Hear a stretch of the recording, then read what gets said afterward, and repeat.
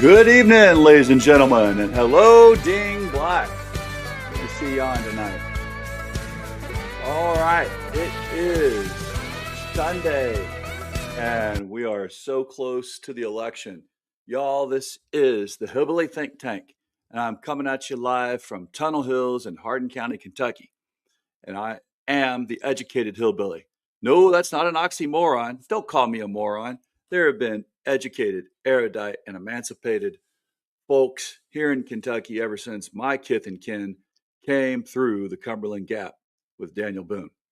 I am one of the Cumberland Gap originals.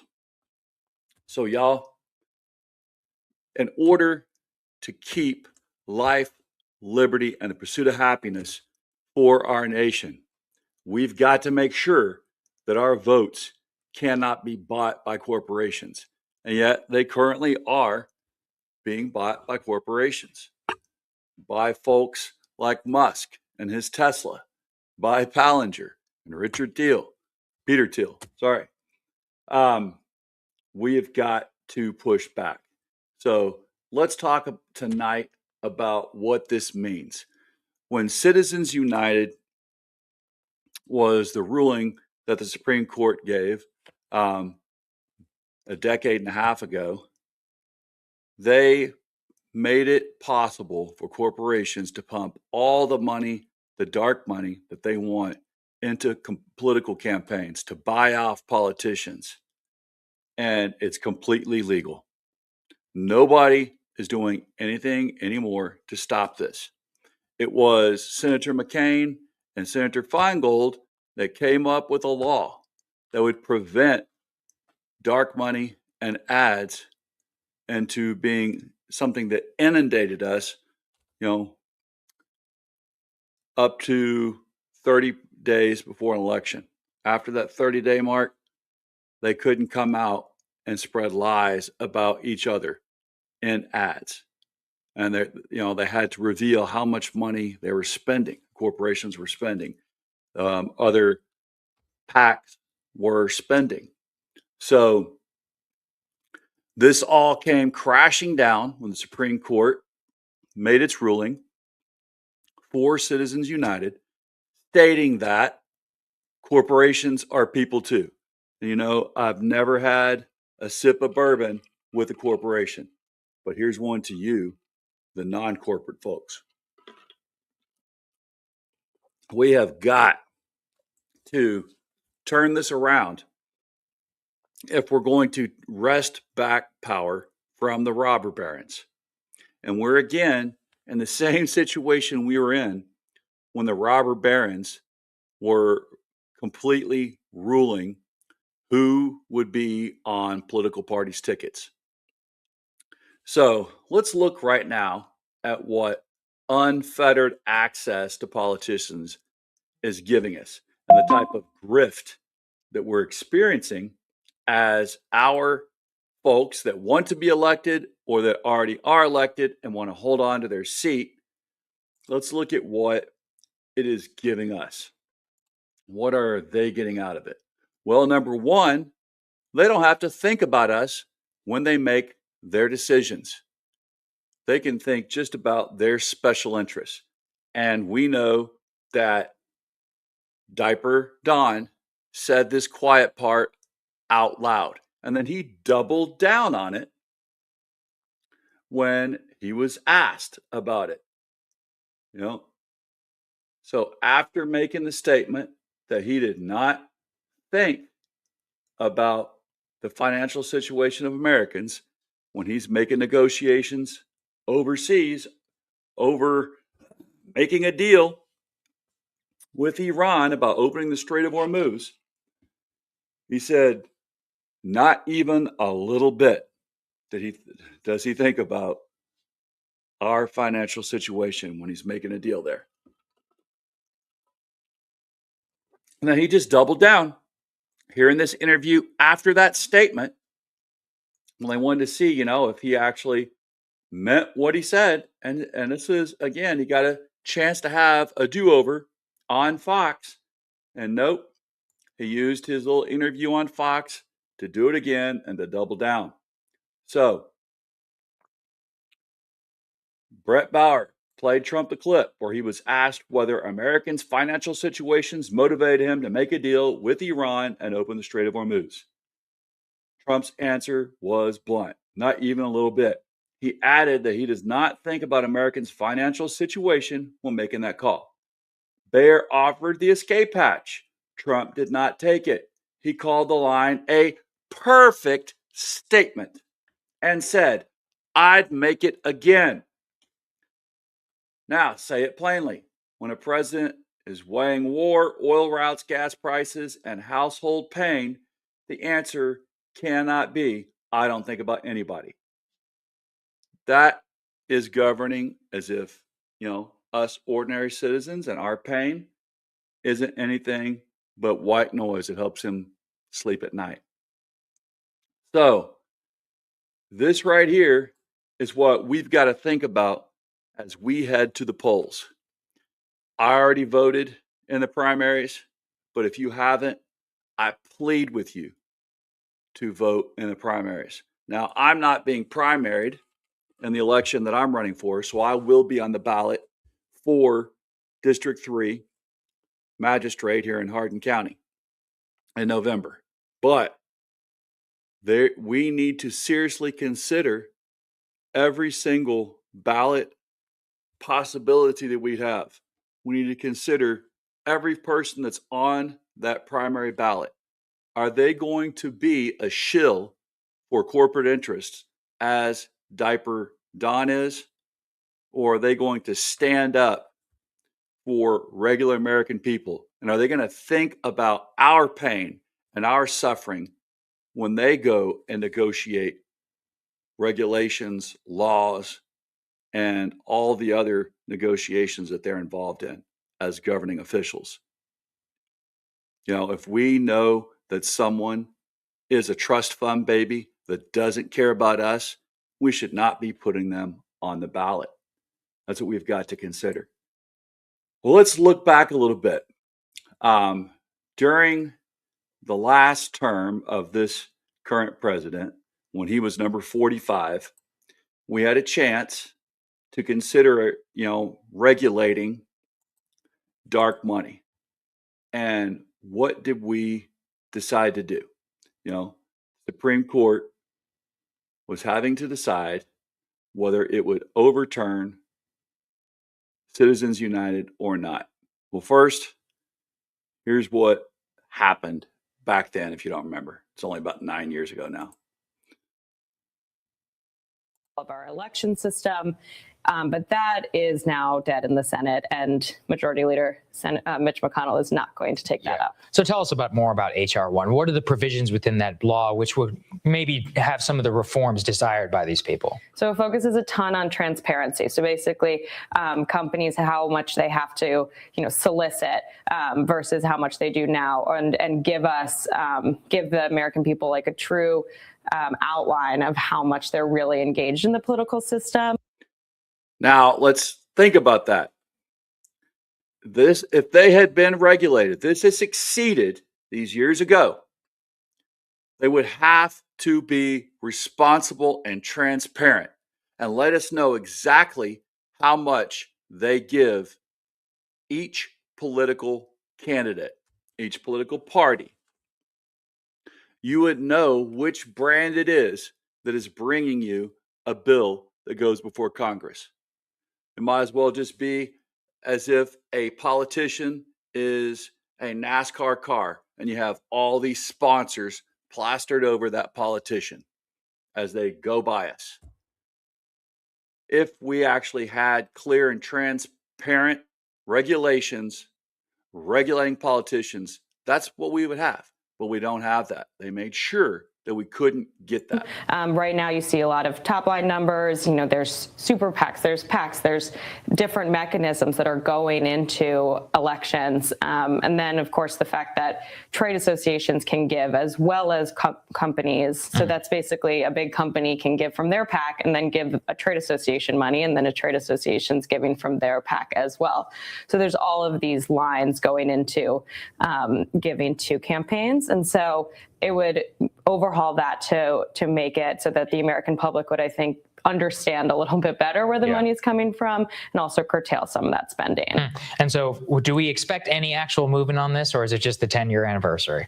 Right now, just the 10-year anniversary. I think they're using it as a way to bring attention to the issue, but I think that maybe after 2020, we'll see what they can actually do with it. Yeah. So we know they actually did jack squat with it.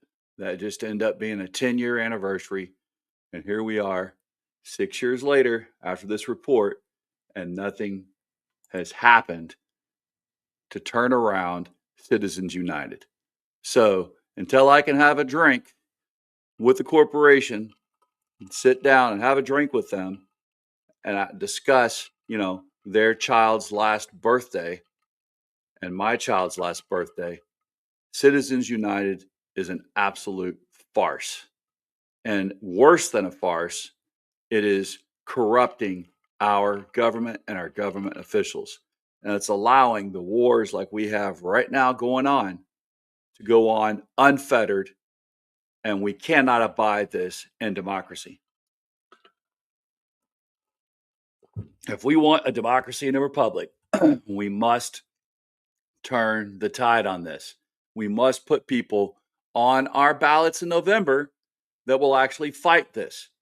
But unless you actually do some true research and don't just vote on personality on the 19th, or if you've already voted like me, this primary election is key. It's crucial because this midterm is going to mean either the beginning of a new era in our democracy and a republic, or it's going to mean we're going to crumble and not have a democracy and a republic anymore. We'll only have an oligarchy and a republic. And we've got to change this tide. So let's go back, do a quick analysis on what it means, how we got here. What is this Citizens United ruling? What did it mean? The government had asserted that it would have the right, for example, to limit the publication of a book that included one line of advocacy urging people to vote for a candidate at the very end of a long 500-page book. They had suggested that they could prohibit a union from publishing a pamphlet that advocated the election of a candidate. You could envision, a candidate, something like, why working Americans should support, Hillary Clinton for president or something like that. They had suggested that books over Kindle could be banned under existing law. And so the Supreme Court days of a general election or within 30 days of a primary election. Opinion programs, call-in programs, not just on the by saying, okay, a corporation can't or a union can't even mention a candidate in a broadcast ad within 60 days of a general election or within 30 days of a primary election. So right now we're being so inundated with corporate ads, especially for this Massey campaign where they're trying to get rid of Massey. The president is just determined that Massey will not be on the Republican ticket, that Gal Ryan will be his guy. We know Gal Ryan is being paid for by Musk and by other billionaires because they don't want a man of principle like Massey. Even though I don't agree with 91% of the way he votes, I do know that he voted against the Epstein class and he voted for those files to be released. He voted against the big, ugly bill, knowing that it was going to put us so much further in debt. And if you haven't heard, we just passed the mark to where our debt exceeds our gross domestic product. Yes, our GDP is now surpassed by our debt. And this is all because of policies that Diaper Don has put into effect along with his lackeys in Congress. And Massey has refused to be one of those lackeys. So enter a group called Citizens United. Citizens United is an ideological group that is doing political activity, still around. And they had made a documentary called Hillary the Movie. This was coming out at the time, not of the past election that we just had, but back in 2008, in that period when Hillary Clinton and Barack Obama were going to be competing for the nomination, for the Democratic nomination to be president in the 2008 period. And Citizens United is a nonprofit corporation. That is, they're not selling shoes. They're just using the corporate form to be able to engage in associational activity. And there had already been a rule well before the Supreme Court had established, which said if you're an ideological corporation and you don't take money from for-profit companies, you can already spend whatever money you have in your treasury on political ads. And so that ruling right there allowed all this dark money to come in to the war chests of all the political candidates in the United States of America. So any corporation could join with other corporations and start this nonprofit corporation that didn't make shoes, didn't make diddly squat, as he's saying. And they could join together, dump millions and billions of dollars into this corporation who could make donations and political ads and propaganda movies for a political candidate. That's what they're talking about. Political activity. But Citizens United deliberately took money from for-profit corporations, and they did it because they were trying to set up a test case. What they wanted to do was to take this documentary they had made, Hillary the Movie, which said very negative things about Hillary Clinton, and they wanted to pay Comcast Cable $1 million to make this movie available as a video on demand, which anyone could watch by choosing it from the guide, their cable guide, and they'd be able to watch it. And under the federal statute, the Federal Election Commission said, this looks like it's going to be on television, broadcast in the period close to the election, and it's going to feature the name Hillary Clinton, who's a candidate for president. That would make it an election ad, cannot be paid for by corporate funds. There were lots of ways that this. So we can think, obviously corporations are willing to do anything in order to wrest power from our democratic ideals. They don't want the average citizen to think for themselves. They want to do the thinking for them. Of course, now we're all given over to this due to constantly looking at our algorithm machine, which pushes us information that the corporations want. So we're in an even worse situation than we were when the Citizens United decision was made. Supreme Court could have gone aside from overturning earlier cases, but the court was bold here. And on a 5-4 vote, the liberals on the court against the conservatives won. And the longstanding federal prohibition on corporations and labor unions as well, spending money in federal elections, fell. So just as a kind of a lay citizen, on the face of it, I understand why there's all of this congressional legislation. You're afraid of undue influence from corporations. But, we were able to talk to a few experts who I think took a more sympathetic view to the Supreme Court. So this is why we're in the situation we're in right now. We look at one of the PACs that gets the most flack and the most scrutiny, and that is AIPAC, the American Israel Public Affairs Committee. And it is the one who donates to both sides of the aisle, especially now to the Republican Party, but it also gives a lot of money to the Democratic Party. And Thomas Massie just put forth a bill that would have AIPAC registered as a foreign interest group. And anyone who receives money from them would have to announce that they are acting on the behalf of foreign interests. So this actually could be a game changer, but this is also going to bring far more AIPAC money, far more Musk money, far more dark money against Massie. So I'm sure we can expect that, we've already seen the ads ramped up today. The next 2 days are going to be even crazier when it comes to them pushing out more ads to try to get rid of Massie. And again, like I said, I'm no supporter of Massie, but I do support the fact that he has principles that he is not willing to bend for, even if he could get a whole lot of PAC money.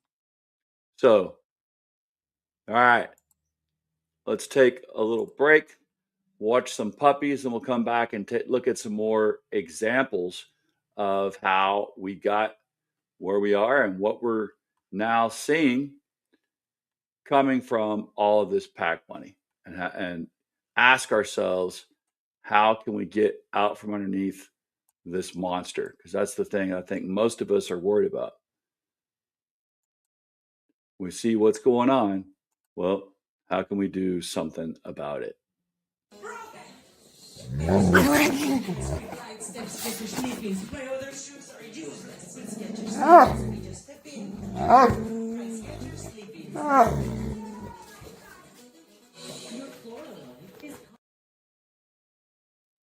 All right. So a couple times now, I've highlighted another small state with some really important races going on. We know right here in Kentucky, extremely important race, of course. All these races are important, but who's going to be the person to replace the biggest receptor of PAC money, which, of course, is Moscow Mitch? Who's going to replace him? That's a huge deal here. And another huge deal is going on in Maine, where we got Susan Collins, one of the biggest facilitators of Diaper Dawn. Is she going to be replaced by someone that actually wants to radically change our system so that it's not rigged against regular folks like us? We know that Graham Plattner is there, and he is promising to be that person that will bring about radical change on behalf of regular citizens. Well, he's up against a whole lot of corporate money, and that is going to be hard to overcome. So Susan Collins has reported raising $603,105 just this cycle alone from AIPAC. She raised $343,711 from folks in Maine. So AIPAC alone has given her nearly double what the folks of Maine have given her in individual contributions. AIPAC's not the only PAC that's given her money. So she's getting far more money from folks that aren't from Maine than she is getting from folks from Maine. And as he says, that explains a lot.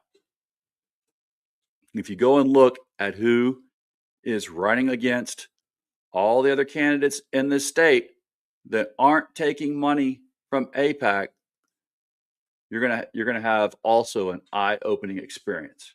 Number one, we know that Thomas Massie has refused AIPAC money. That's why he is at a vulnerable position right now, because he can't run the ads that Musk can run and that AIPAC can run for Eddie Gaurine. We also know, as I've reported before, that our Kentucky Democrats that are running to try to replace Guthrie, they're not getting any APAC money like Guthrie is. And so they're not able to get on to KET, as I talked about the other night. Well, in addition to this, we've got the ever running grift of Diaper Don. And we know that he has his hands, pockets, teeth, mouth always open for any grift that can come his way. So right now, here's his taxpayer grifts, in addition to his grifts from corporations. $10 billion in damages he is demanding from the IRS. $1 billion he's demanding for ballroom security. We know that the senators of the Guardians of the Pedophiles have guaranteed that they will try to get $1 billion for the ballroom security. This is, of course, after it was reported that supposedly and assuredly 400 million have been given by Pallinger, Thiel, Bezos, Tim Cook, many others that donated to that East Wing. We also know that he's grifted $1 billion for Qatar jet refurbishments. Remember that jet that Qatar donated to us? And then now Qatar has their own military base here in the United States. Well, he's grifting $1 billion for refurbishments for that jet, remodeling of that jet. Remember, he plans on keeping that jet when he retires. He plans on it not being Air Force One for anybody else after him. He's already stated that. He is also looking for $230 million in Department of Justice compensation. This is supposed to come from taxpayers. All of this here is coming from taxpayers. That's his grift. And we've paid $100 million plus for his golf outings. Every time he goes out to golf, it costs us taxpayers. So as Robert Reich says, when he says he doesn't think about Americans' financial situations, well, we can straight up believe him. And he had a chance to walk it back on Fox, and he chose not to. So this is the grift that we're looking at. This is the grifter in chief that we're looking at.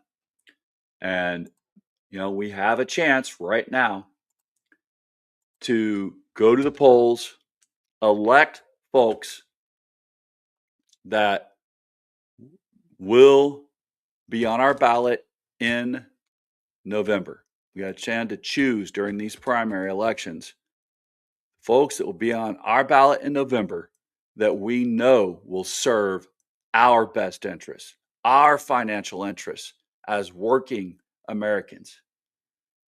We've got to remember that. We've got to live up to it.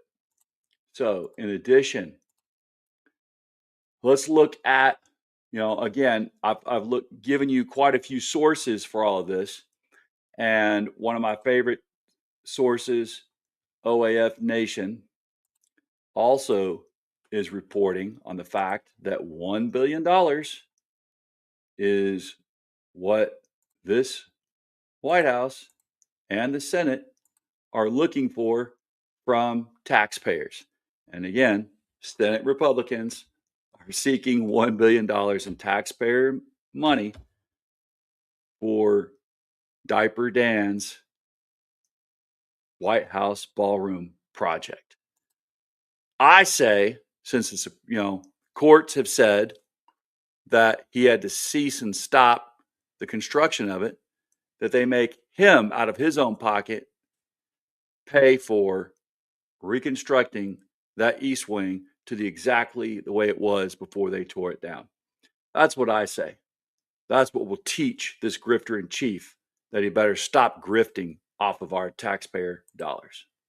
All right, y'all. Again, what does this mean to Hardin County? Well, it means to Hardin County, we know that we are being told our kids can't have free breakfast and free lunch next year in Hardin County schools and in Jefferson County schools and all the schools across this state. That they're cutting that. They're cutting aid to the poor and the working class. But they've got what, $1 billion to spend on this frickin' ballroom that none of us will ever get to, I'm not going to be able to prance and dance there. Are you? So that's what's at stake. Let's don't forget it. Let's remember, y'all, we are all in this together. So united we must stand in order to not fall. That's Kentucky's motto: united we stand, divided we fall. I am my brother's keeper. I am my sister's keeper. I love my neighbors as I love myself.